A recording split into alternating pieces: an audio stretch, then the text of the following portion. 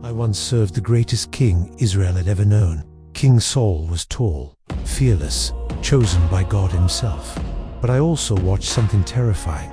I watched pride destroy him. I was there the day Saul became king. The prophet Samuel anointed him, and we believed God had chosen the perfect leader.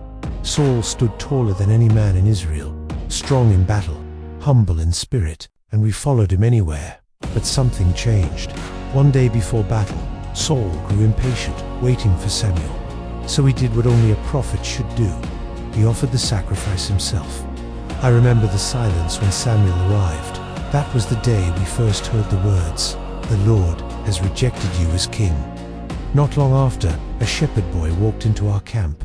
His name was David, just a boy, carrying bread for his brothers. But when the giant Goliath mocked Israel, every soldier trembled, except David. I stood there when the boy stepped onto the battlefield. No armor, no sword, just a sling and faith in God. One stone flew through the air, and the giant fell.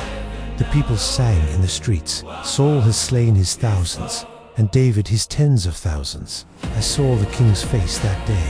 Pride turned into jealousy, and jealousy into madness. The king we once followed began hunting the very man God had chosen. I watched Saul throw his spear at David, twice, but David always escaped. Because you cannot destroy what God has appointed. Saul started as a humble man chosen by God, but pride slowly took his heart, until the crown he once carried became a burden.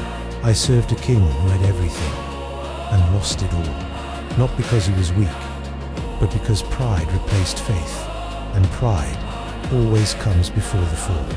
Thanks for watching. Like and subscribe for more stories from the Bible, and the lessons they still teach us today.